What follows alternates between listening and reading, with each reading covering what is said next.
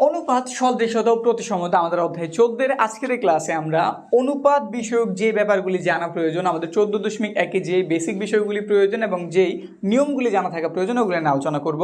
এখানে আমরা অনুপাতের 8টা ধর্ম নিয়ে কথা বলতেছি। এই 8টা ধর্ম আমাদের অনুপাত মাইনে চলে। এর আগে জানা উচিত অনুপাত কি, আশা রাখি জানো, তো আমরা বিষয়টা আরেকটু ক্লিয়ার করি। অনুপাত মানে হইতেছে একটার সাথে আরেকটার সম্পর্ক, একটা থেকে আরেকটা কতটুকু বড় বা একটা থেকে আরেকটা কতটুকু ছোট, একটা আরেকটার কত অংশ, এইভাবে যেই রাশি আকার আমরা প্রকাশ করি এটা আমরা অনুপাত বলি। তো অনুপাতে সবসময় আমাদের দুইটা রাশি থাকা লাগে, একটা আরেকটাতে আমরা কী করি, ভাগ করি। ভাগ করি। ব্যাপারটা এরকম, ধরো এটা আমাদের প্রথম রাশি, এটার সাথে আমি আরেকটা রাশি মানে 2 নম্বর রাশিটা তুলনা করতেছি। এই চিহ্নটা আমরা ইস্টু চিহ্ন বলি বা অনুপাতের চিহ্ন বলি।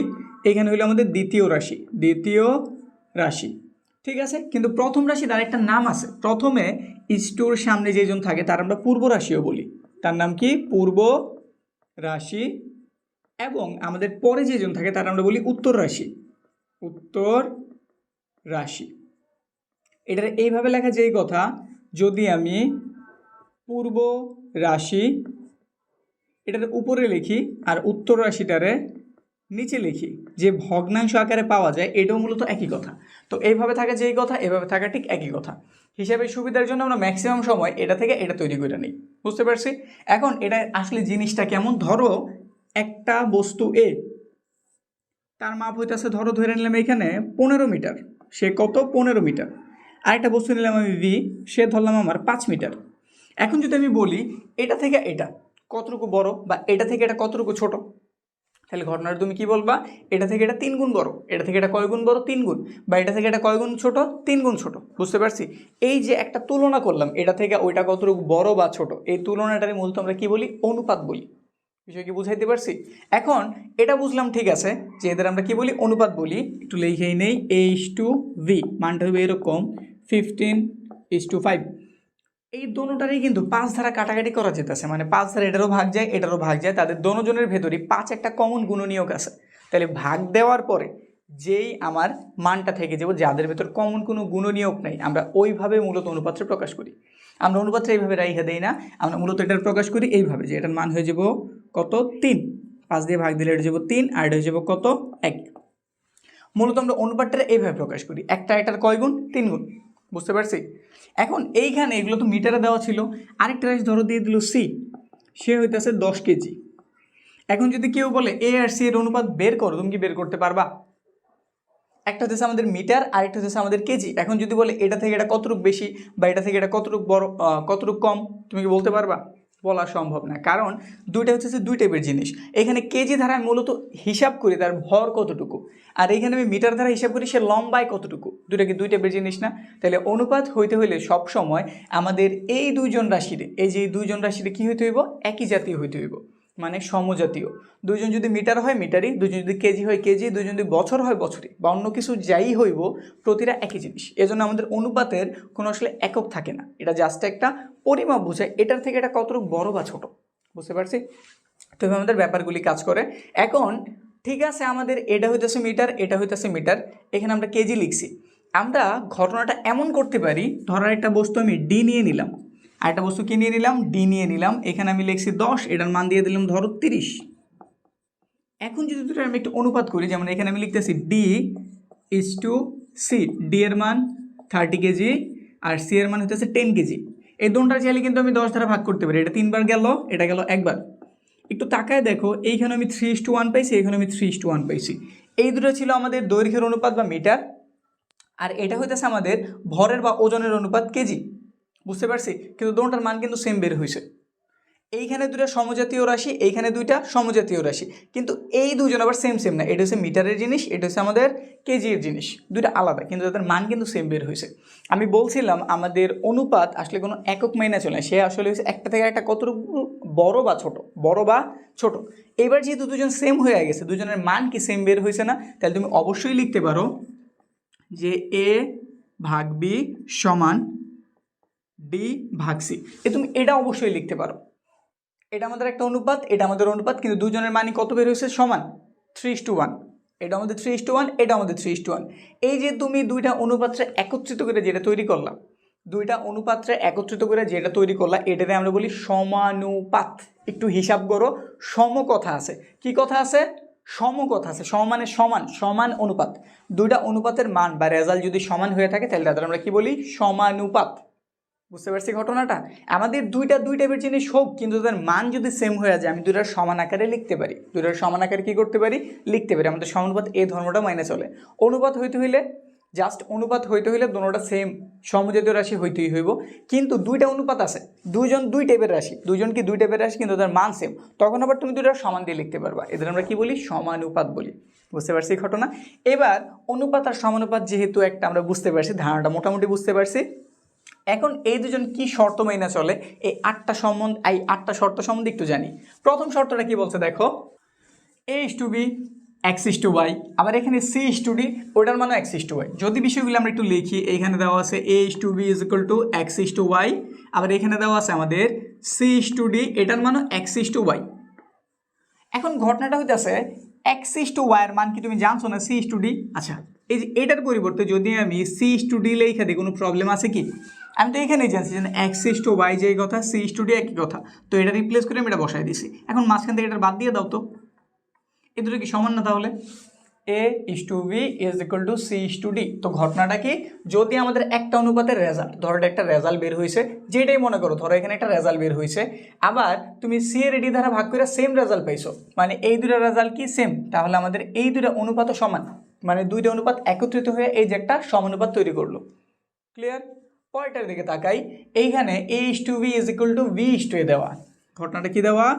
a:b সমান v:a দেওয়া। দুটো কিন্তু সেম জিনিস, এটা হচ্ছে a/v আর হচ্ছে v/a, মানে এই যে ঘটনাটা এরকম a/v আর এই পাশে আছে আমাদের v/a।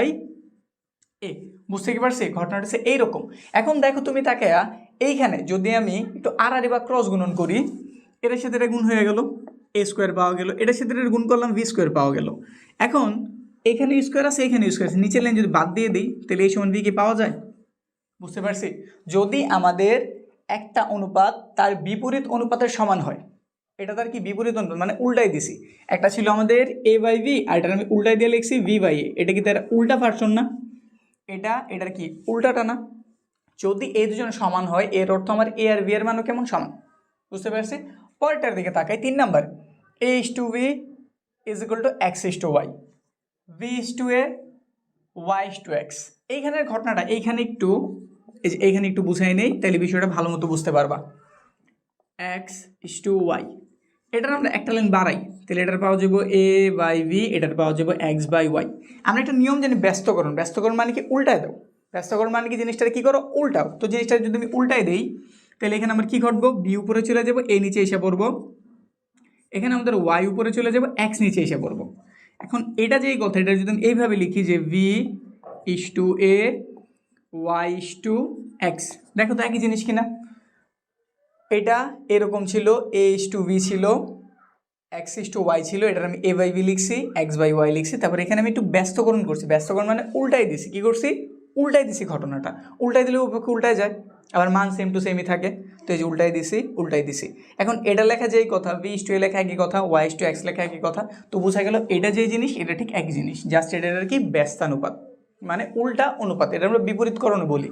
পরেরটার দিকে যদি আমরা তাকাই, এরপরে 4 নম্বরে আছে আমাদের একান্তরকরণ। এই জিনিসটা আসলে কি? এখানে দেওয়া আছে আমাদের a:v x:y। এটা চাইলে আমরা কি লিখতে পারি? এটা আমরা লিখতে পারি a/v x/y।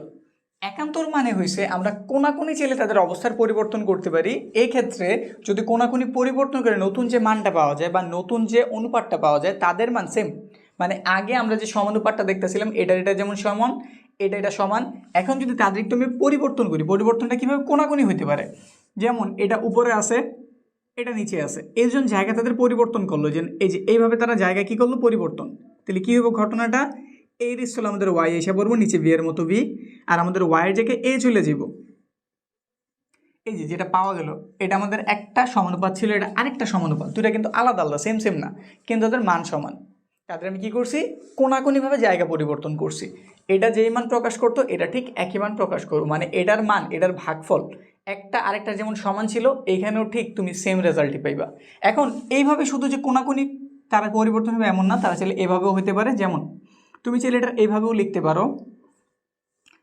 ধরো এবার আমাদের এই দুজন জায়গা পরিবর্তন করলো, তাইলে আমাদের এ এক্স হিসাবে পড়বো বি এর জায়গা, মানে নিচে। এদিকটাতে আমাদের এই দুজন যেমন জায়গা পরিবর্তন করছে, আমাদের বি চলে যাবে আবার এক্সের জায়গাতে, নিচে ওয়াই। বুঝতে পারছি? আমরা এইভাবে পরিবর্তন করে এটা লিখতে পারি, এইভাবে পরিবর্তন করে এটা লিখতে পারি, দোনোটা একই জিনিস। এখন যদি তাদের একটু লিখি, তাদের রেজাল্টটা কী পাওয়া যায়? এখানে পাওয়া যাবে আমাদের y/v, এখানে পাওয়া যাব x/a, আর এটাতে কি পাওয়া যাব a/x, আর এখানে পাওয়া যাব v/y। এটার রেজাল্ট যা বের হইতো, এটার রেজাল্ট তিনোটার রেজাল্টই সেম, মানে তিনজন একদম সমান সমান। এই তিনজন একদম কি সমান সমান। আমাদের এই অনুপাত এবং সমানুপাত এই নিয়মটা মেনে চলে। তুমি অঙ্কের প্রয়োজনে, অঙ্ক মেলানোর খাতিরে যেই কোনো সময় এই প্রক্রিয়া অ্যাপ্লাই করতে পারো।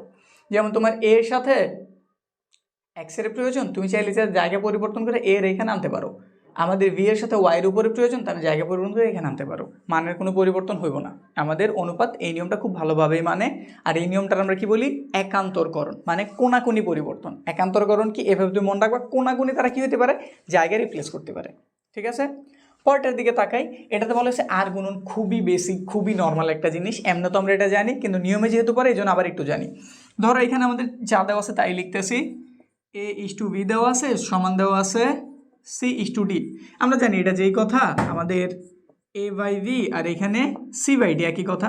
তো আর বা ক্রস গুণন কারে বলে? ক্রস। এই যে এরকমই তো, মানে উপরেরটার সাথে নিচেরটা, এই নিচেরটার সাথে এই উপরেরটা। তো এই কাজই করি, এটার সাথে এটা নেই, গুণ হইল এডি, এটার সাথে এটা আমার নিচেরটার সাথে উপরেরটা হয়ে গেল বিসি। বুঝতে পারছি? এডি সমান বিসি। এই যে আমরা চাইলে আর গুণন কইরা এইরকম বানায় নিতে পারি, মানের কোনো পরিবর্তন হইব না। এটার রেজাল্ট যা বের হয় এটার রেজাল্ট ঠিক একই, মানে দুজনের ভাগফল। এটা দ্বারা এটারে যদি ভাগ করি, যে রেজাল্ট পাওয়া যাবে এটা দ্বারা এটার ভাগ করলে সেম রেজাল্ট পাওয়া যাবে। সেমভাবে যদি এটার সাথে আমি এটার গুণ করি, একই রেজাল্ট, এটার সাথে এটার গুণ করি, একই রেজাল্ট পাওয়া যাবে। বুঝতে পারছি? পরেরটা এখানে আমাদের কি বলছে? যোজন বিয়োজন, যোজন বিয়োজন। এটা হচ্ছে যোজন বিয়োজন, আলাদা একটা নিয়ম যোজন, আলাদা একটা নিয়ম বিয়োজন। আবার দুজন একত্রে যোজন বিয়োজনও হইতে পারে। এই বিষয়টা গুরুত্বপূর্ণ, এটা আমাদের অন্যান্য অধ্যায়ে খুব বেশি প্রয়োজন পড়ে।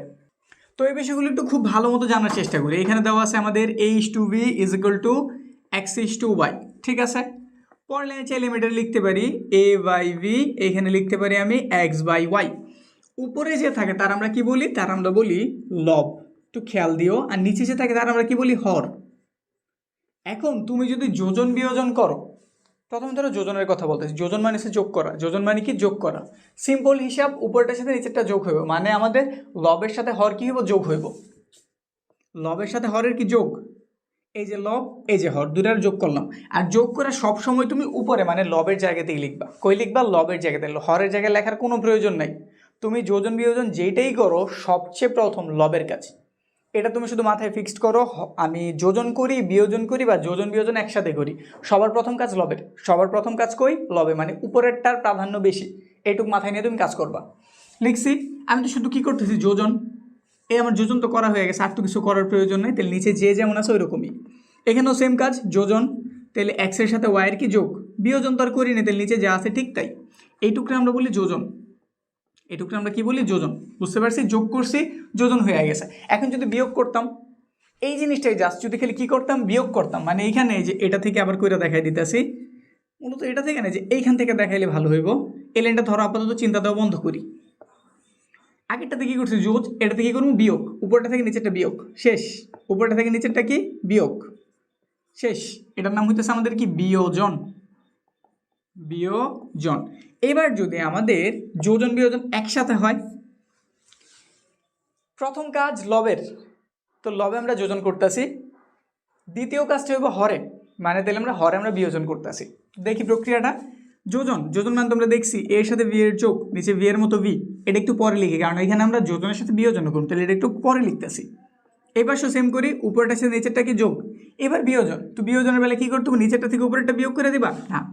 আমি একটা কথাই বলছিলাম, আমাদের যোজন বিয়োজনে সবসময় লবের প্রাধান্য দিতে হইব। কারে? লবের। লব সবসময় প্রথমে, লব সবসময় প্রথমে। তাহলে এইখানটাতে যে তুমি নিচে আসো, নিচে তুমি বিয়োজন করতেছো, তারপরেও তুমি উপরেরটারে আগে লিখে নিবা।